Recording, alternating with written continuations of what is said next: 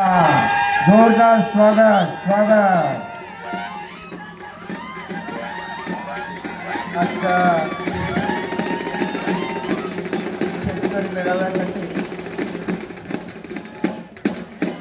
उपस्थित असलेले आपल्या सर्वांचे लाडके नेते, देशाचे माजी कृषी मंत्री आदरणीय पवार साहेब, आदरणीय सुमनताई, आमदार अरुण अण्णा लाड, अनिता काकी सगरे, ज्येष्ठ नेते शंकरदादा पाटील, बाळासाहेब बापू पाटील, ज्यांचं मार्गदर्शन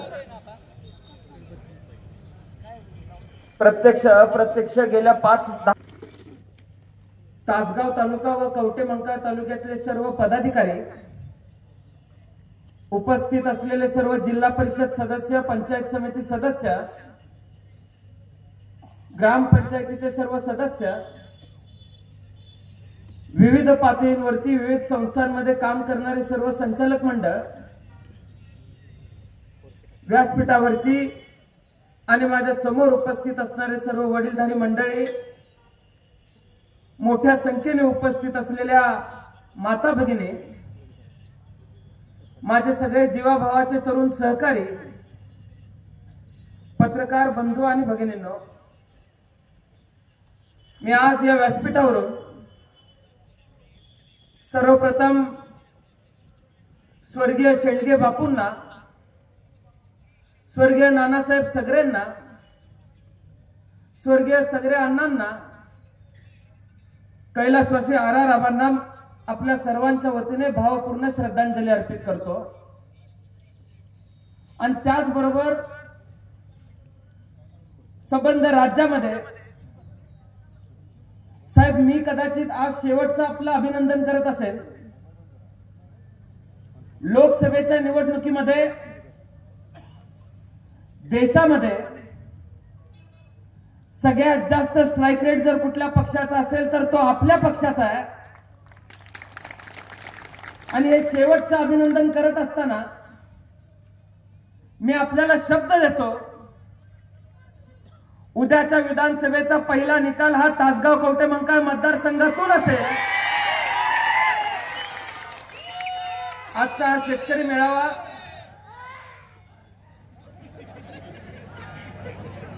काळ्या आईची इमान इतबारे सेवा करणाऱ्या सर्व कष्टकऱ्यांचे प्रश्न समजून घेऊन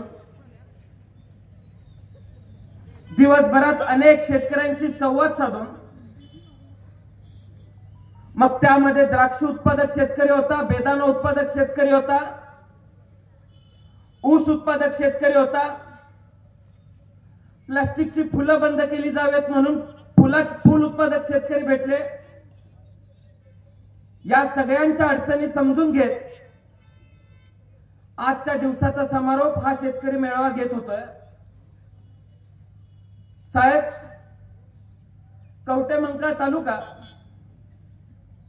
हा एकेकाळी राज्यामध्ये कुठेही नाव घेतले तरी दुष्काळी तालुका म्हणून संबोधला जायचा। पण मला कवठेमंकाळ तालुका लागलाय असं मी ज्यावेळेस साहेबांना सांगितलं, तर मला साहेब म्हणले, रोहित, अलीकडे पलीकडे जिकडे बघल तिकडे ऊस दिसायला लागलाय, पाण्याची काय परिस्थिती आहे?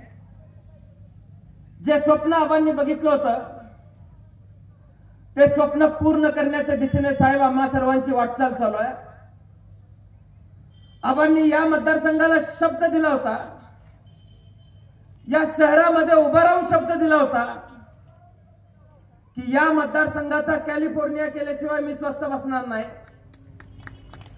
आज या शहराचं महत्व मी तुम्हाला सांगतो साहेब। ही शहर अंबाबाईची पांढरी असलेले शहर आहे। यामध्ये कुणी ना कुणीतरी येऊन शब्द पूर्ण करावा लागतो, शब्द अपुरा ठेवून चालत नाही। वडिलांना शब्द पूर्ण करण्याची संधी मिळाली नाही, पण वडिलांच्या मागे त्यांचा शब्द पूर्ण केल्याशिवाय मी सुद्धा स्वस्थ बसणार नाही, हा शब्द मी तुम्हाला देतो साहेब। आज महाराष्ट्राच्या अशा भागामध्ये आपला मेळावा होतोय ज्या भागामध्ये संतांची शिकवण रुजलेली आहे, छत्रपतींचे विचार रुजलेले आहेत, इथल्या मातीतल्या कणाकणामध्ये कष्टकरी शेतकऱ्यांचा, कष्टकरी कामगार वर्गाचा घाम गाळलेला आहे.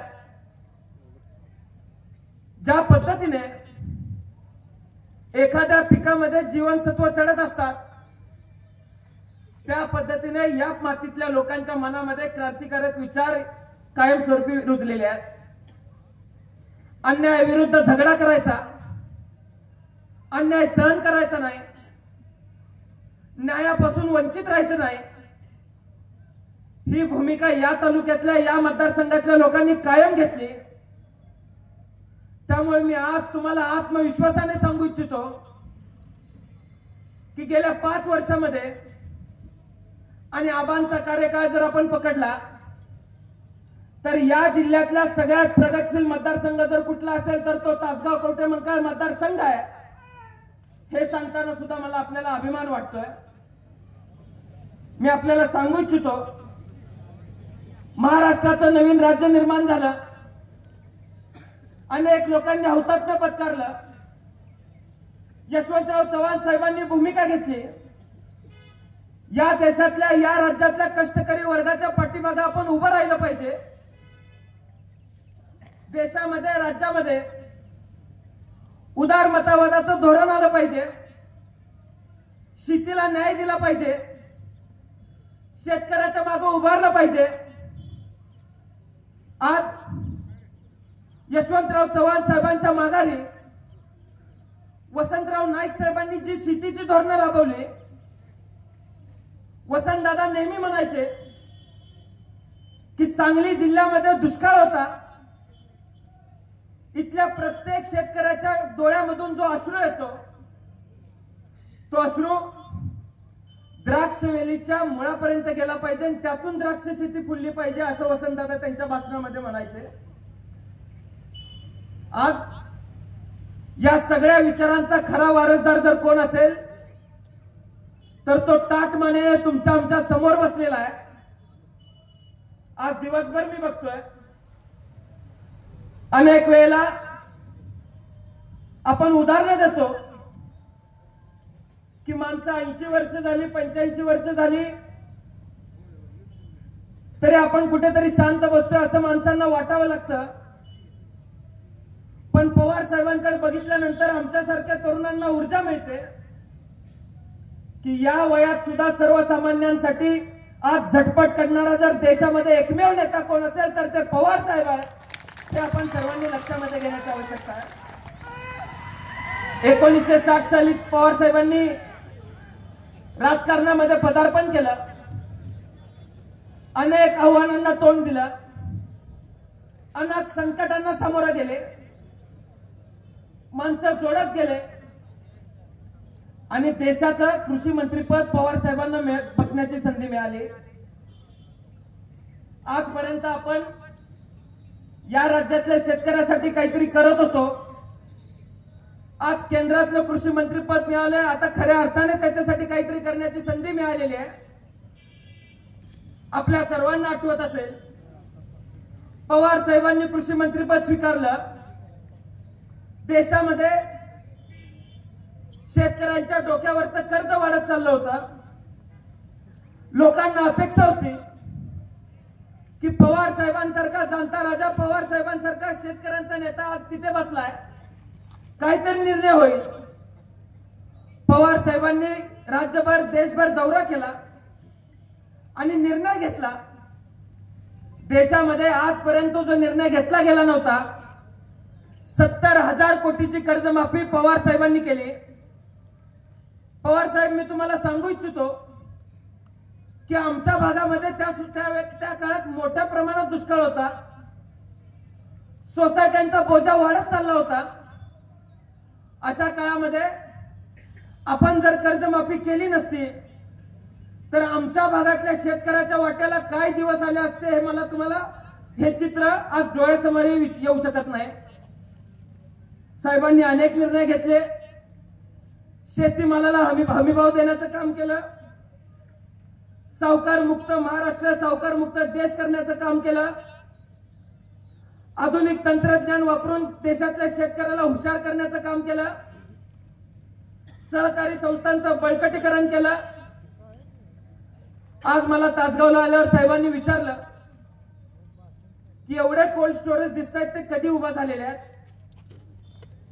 साहेब, या व्यासपीठावरून मी तुम्हाला सांगू इच्छितो की फळबागांना आणि फळबाग उत्पादक शेतकऱ्यांना ताकद देण्याचा निर्णय तुम्ही घेतला. आज सकाळी आकडा तुम्ही ऐकला. आपण निर्णय घेतला आणि तासगाव तालुक्यामध्ये 46 कोल्ड स्टोरेज त्या काळामध्ये उभे झाले. संबंध सांगली जिल्ह्यामध्ये 200 पर्यंत कोल्ड स्टोरेज उभे झाले. देशातल्या शेतकऱ्यासाठी आणि देशातल्या कष्टकऱ्यासाठी इतके चांगले निर्णय घेणारा कृषी मंत्री आजपर्यंत झाला असेल असं मला वाटत नाही. तुम्ही कुणालाही उभं केलं आणि आज कृषी मंत्री कोणा विचारलं तर आपसूक पवार साहेब कदाचित तुमचं नाव लोकांच्या तोंडून येईल अशी परिस्थिती आज देशातली आहे. आज या द्राक्ष उत्पादक शेतकऱ्यांच्या वतीने अनेक मागण्या आलेल्या आहेत. या कवठेमंकाळ तालुक्यामध्ये सुद्धा अनेक द्राक्ष उत्पादक शेतकरी राहत आहेत. मी सगळ्या द्राक्ष उत्पादकांच्या वतीने काही मागण्या साहेब आपल्या समोर ठेवू इच्छितो. आज केंद्र शासनाने आणि राज्य शासनाने अनेक फसव्या योजना घेतलेल्या आहेत. त्यामध्ये जास्तीत जास्त शेतकरी बसणार कसे नाहीत याची काळजी त्यांनी घेतलेली आहे. त्यामुळे आमची सर्वांची आपल्याकडे मागणी आहे. द्राक्ष बाग मंडप साहित्याला अनुदान मिळावं अशी आमच्या सर्वांची मागणी आहे. प्लास्टिक कव्हर अनुदान मिळावं आणि ते मिळत असताना फक्त वाय पद्धतीच्या बागांना मिळते, मंडप पद्धतीच्या बागांना मिळत नाही. येणाऱ्या काळात आपल्याकडून पाठपुरावा केला जावा आणि मंडप पद्धतीच्या बागांना सुद्धा प्लास्टिकचं अनुदान कव्हर मिळावं. व त्याचबरोबर भाऊसाहेब पुणकर फळबाग योजनेमध्ये द्राक्ष व बेदाण्याचा समावेश केला जावा अशी मागणी सर्व द्राक्ष उत्पादक शेतकऱ्यांच्या वतीने आपल्या समोर ठेवतोय. साहेब, मी आपल्याला सांगू इच्छितो, पाणी आल्यापासून, योजना फिरल्यापासून ऊस उत्पादक शेतकरी सुद्धा मतदारसंघामध्ये मोठ्या प्रमाणात वाढलेला आहे. मी कवठेमंकाळची बाजारपेठ बघतोय. गेल्या 3-4 वर्ष जसा दुष्काळ पडतो तसा दुष्काळ या बाजारपेठांमध्ये पडलेला आहे. द्राक्ष बागा फुलवल्या जातात, पिकवली जातात, पण ते विकण्याची माध्यमं नाही. आणि ऊस पिकवला तर ऊस घालवण्याची माध्यमं सुद्धा आज आमच्याकडे फार कमी उपलब्ध आहेत. आपल्या समोर महाकाली कारखाना आहे. खरं तर साहेब, हा कारखाना हा या तालुक्याची पंढरी आहे. हा कारखाना चालू झाला तर या तालुक्यातल्या गोरगरीब शेतकऱ्यांच्या खिशामध्ये 4 पैसे जातील. हा कारखाना चालू झाला तर या तालुक्यातल्या बाजारपेठा पुन्हा फुललेल्या दिसतील. हा कारखाना चालू झाला तर या तालुक्यातल्या शेतकऱ्यांच्या तोंडावरती साहेब हसू दिसेल. त्यामुळे साहेब, समस्त तासगाव कवठेमंकाळकरातल्या सर्वच ऊस उत्पादक शेतकऱ्यांच्या वतीने माझी आपल्याकडे विनंती आहे, गाऱ्हाण आहे की आमचा हा कारखाना तुम्ही चालू करून द्यावा. ही विनंती मी तुम्हाला आपल्या सर्वांच्या वतीने तुमच्याकडे करतो. आज आबांना जाऊन 10 वर्ष झाली. खरं तर आबांनी या मतदारसंघामध्ये कशा पद्धतीनं काम केलं हे आज मला नव्याने सांगण्याची आवश्यकता नाही. आबांनंतरचा काळ मी आठवतो. कधी कधी तो काळ पुन्हा एकदा डोळ्यासमोर उभा राहिला तर साहेब अंगावरती काटा मारतो. कशा पद्धतीने हे सगळं उभं राहिलं. अनेक लोकांचा विश्वास नव्हता आणि तो विश्वास व्यक्त करण्यासाठी, विश्वास संपादित करण्यासाठी आमदार सुमनताईंनी या मतदारसंघातल्या खेडोपाडी भेटी दिल्या. खेडोपाडी जाऊन संघटन उभं केलं. माझ्या आईला मी कष्ट करताना बघितलेला आहे, रात्रीचा दिवस करताना बघितलेला आहे आणि सुरेश भाऊला असेल किंवा तात्यांना असेल मला मार्गदर्शन करताना बघितलेलं आहे. तालुक्यातले अनेक मार्गदर्शक असतील, आबांचे अनेक जुने लोक असतील, ती साहेब मार्गदर्शक बनून आमच्या समोर उभी राहिली. लहान मुलाला जसं बोट पकडून आपण चालायला शिकवतो तसं गेल्या 8-9 वर्षामध्ये या मतदारसंघातल्या लोकांनी मला बोट पकडून चालायला शिकवलेलं आहे. मी साहेब तुम्हाला सांगू इच्छितो, विकास कामांच्या बाबतीत देशामध्ये राज्यामध्ये कुठलंही सरकार असू दे, आमच्या लोकांनी मागणी केली, मी तिथं निधी आणून दिला नाही असा एकही प्रसंग नाही. प्रसंगी सुमनताईंबरोबर आठवड्याला जाऊन मंत्रालयामध्ये आम्ही पाठपुरावा केला आणि जास्तीत जास्त निधी आणण्याचं काम या मतदारसंघामध्ये केलं. गेल्या 1 सप्टेंबरला साहेब, तुम्हाला आठवत असेल, मी आपल्याला एक विनंती केली होती. आबांची इच्छा होती की या मतदारसंघातल्या माळावरती MIDC उभी राहिली पाहिजे. 1997 पासून आबांची इच्छा होती. अनेक लोकांनी, समाजकंटकांनी विरोध केला होता.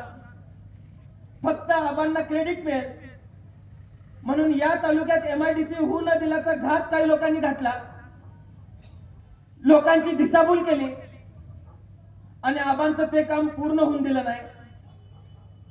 साहेब, मागच्या 1 सप्टेंबरला मी मागणी केली, मी आपल्याकडे मागणी केली, अनेक वेळा पाठपुरावा केला, आपण राज्य स्तरावरती त्यासाठी पाठपुरावा केला आणि आज जुलै महिन्यामध्ये 5 वर्षानंतर MIDC आम्ही मंजूर करून दाखवलेले या तालुक्यामध्ये. मी साहेब आज या व्यासपीठावरून एक मोठी घोषणा करतो. लोकसभेच्या आधी 3 महिने आधी या मतदारसंघामध्ये MIDC मंजूर झाली. आज या व्यासपीठावरती आणखीन एक खुशखबर मी आपल्या सर्वांना देतो की आपली MIDC उभी राहत असताना तिथं ज्या पाण्याची आवश्यकता होती ते पाणी आरक्षित, ते पाण्याचं आरक्षण आज मंजूर झालेलं आहे. ते सांगताना सुद्धा मला अभिमान वाटतोय. काही महिन्यांमध्ये डिमार्केशन होतील. साहेबांच्या माध्यमातून काही चांगल्या कंपन्या आम्ही आपल्या मतदारसंघात आणण्याचा प्रयत्न करतोय. MIDCची जी माहिती आहे ती साहेबांना आपण दिलेली आहे आणि मला विश्वास आहे की साहेब, ज्या पद्धतीने हिंजवडी परिसर आपण घडवला त्या पद्धतीने येणाऱ्या काळात तासगाव कवठेमंकाळ भाग आपण घडवाल असा विश्वास सुद्धा मी आपल्याकडे व्यक्त करतो. साहेब, आमचा हा जो परिसर आहे तो बेंगलोर पासून तितक्याच अंतरावर आहे आणि मुंबई पासून सुद्धा तितक्याच अंतरावर आहे. इथून ग्रीनफील्ड हायवे जाणार आहे, पण हा ग्रीनफील्ड हायवे जात असताना दुष्काळी पट्ट्यातून जाणार आहे. पण त्याला पर्यायानं आणखी एक हायवे इथून चाललाय, ज्या महामार्गाची आम्हाला काही आवश्यकता पवार साहेब नाही. तो शक्तीपीठ महामार्ग आज आमच्या मतदारसंघातून जातोय. अनेक शेतकऱ्यांशी मी संवाद साधला. काही लोकांची 7-7 एकर, काही लोकांची 12-12 एकर, काही लोकांची 16-16 बागायती क्षेत्र त्या शक्तीपीठ मार्गामध्ये जाते. एक्सप्रेस वे असल्यामुळे त्या शक्तीपीठ मार्गाचा काही आम्हाला फायदा होत नाही. त्यामुळे आज या व्यासपीठावरून या शेतकरी मेळाव्यामध्ये शेतकऱ्यांच्या वतीने या शक्तीपीठ महामार्गाला आमचा खुला विरोध असेल हे सुद्धा मी तुम्हाला सर्वांना सांगू इच्छितो. त्यामुळे साहेब, आबांच्या नंतर घडत असताना आम्ही अनेक उदाहरणं बघितली.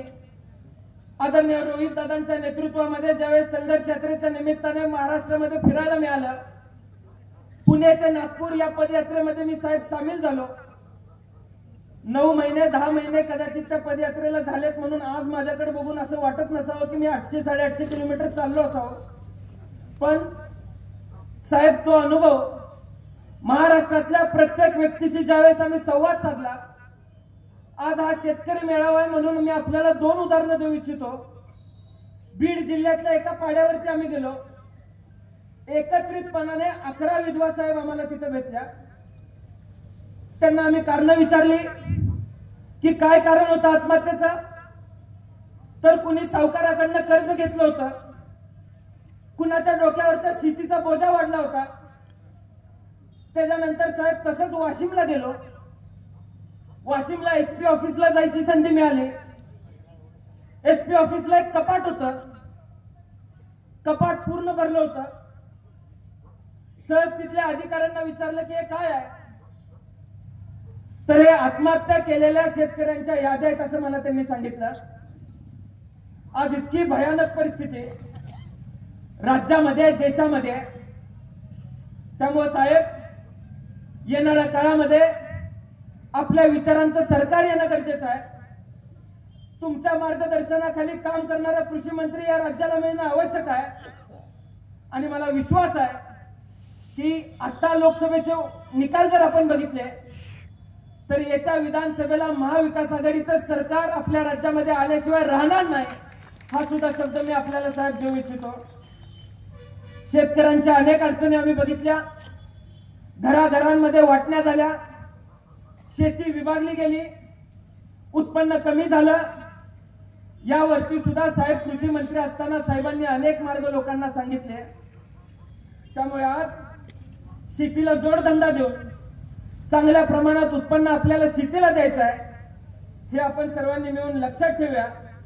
अलीकडच्या काळामध्ये केंद्रामधलं राज्यामधलं सरकार आपण बघतोय, खऱ्या अर्थाने शेतकरी बांधवांना खऱ्या देशोधडीला लावण्याचं काम जर कोणी केलं असेल तर या केंद्र सरकारने केलेलं आहे, या राज्य सरकारने केलेलं आहे. दिल्लीमध्ये हक्क, आपल्या हक्कांसाठी पंजाब मधले शेतकरी येऊन दिल्लीत आंदोलनाला बसले तर त्या आंदोलक शेतकऱ्यांना दहशतवादी म्हणून या सरकारमधल्या काही घटकांनी बोलले. आज उद्या आम्ही जर आंदोलनाला बसलो तर आम्हाला सुद्धा या सरकारमधले घटक दहशतवादी म्हणायला मागं पुढे बघणार नाही, अशी परिस्थिती या देशामध्ये निर्माण झालेली आहे. दुधाचे दर पडलेले आहेत, फसव्या योजना शेतकऱ्यांना दिल्या जातात. सावळसगावचे अनेक लोक साहेब इथं बसलेले आहेत. मागच्या सरकारमध्ये आम्ही एका मंत्र्याकडे गेलो होतो की सावळस गावाला हक्काचं पाणी मिळावं, तर ते मंत्री म्हणले, जयंत पाटील साहेबांचं शिष्टमंडळ तिथं होतं, ते मंत्री म्हणले की जमत नसतील तर बाधा काढून टाका. अशा वल्गना एका मंत्र्यानं आम्हाला शेतकऱ्यांना सांगितल्या. साहेब, मी आपल्याला शब्द देऊ इच्छितो, ज्या मंत्र्यानं आमच्या बाधा काढण्याचा सल्ला आम्हाला दिला त्या मंत्र्याचा पक्ष इथून काढून टाकल्याशिवाय आम्ही सुद्धा स्वस्थ बसणार नाही, हे सुद्धा आम्ही आपल्याला ग्वाही देऊ इच्छितो.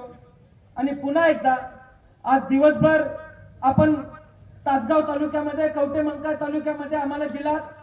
अगदी आम्ही सुद्धा आपला दौरा लावताना एक काळजी घेण्याचा प्रयत्न केला की आपण आपली दगदग होणार नाही, पण गावागावामध्ये लोक आपल्याला थांबवत होते, गावागावामध्ये लोक आपल्यावरती प्रेम व्यक्त करत होते. आपण अजिबात थकला नाही. आबांवरचं प्रेम साहेब आपण दाखवून दिलं आणि मला निश्चितपणाने विश्वास आहे की आबा असताना ज्या पद्धतीने या मतदारसंघावरती तुमचं लक्ष होतं तेच येणाऱ्या काळात सुद्धा राहील, एवढीच इच्छा मी आज या शेतकरी मेळाव्यामध्ये व्यक्त करतो. आणि पुन्हा एकदा अत्यंत कमी वेळामध्ये आपण सर्वजण इथे उपस्थित राहिलात त्याबद्दल मी मनापासून आपल्या सर्वांचा आभार मानतो. साहेब, मी आपल्याला सांगू इच्छितो की विधानसभेचं वारं या शहरामध्ये, या मतदारसंघामध्ये फिरवलं जातंय, फिरलं जातंय. मी अनेक लोकांशी चर्चा करतोय, या मतदारसंघामध्ये फिरतोय. या मतदारसंघातल्या लोकांचा प्रतिसाद बघितल्यानंतर मी आपल्याला सांगू इच्छितो की कुणीही यावं, पैलवान छोटा असेल किंवा मोठा असेल त्याचा फरक पडत नाही. मी आपल्याला सांगू इच्छितो की कुठल्याही परिस्थितीमध्ये राष्ट्रवादी काँग्रेस पक्ष शरदचंद्र पवार गटाचा पहिला उमेदवार हा तासगाव कवटेमंका मतदारसंघामधून निवडून येईल आणि संबंध राज्यामध्ये पहिला उमेदवार या मतदारसंघातून निवडून देऊ आणि आपले हात आम्ही बळकट करू. राज्यामध्ये, केंद्रामध्ये आपली मान ताटमानेने फिरेल, एवढीच बाई मी आपल्याला या शेतकरी मेळाव्याच्या वतीने देऊ इच्छितो.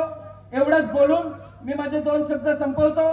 जय हिंद, जय महाराष्ट्र, जय राष्ट्रवादी.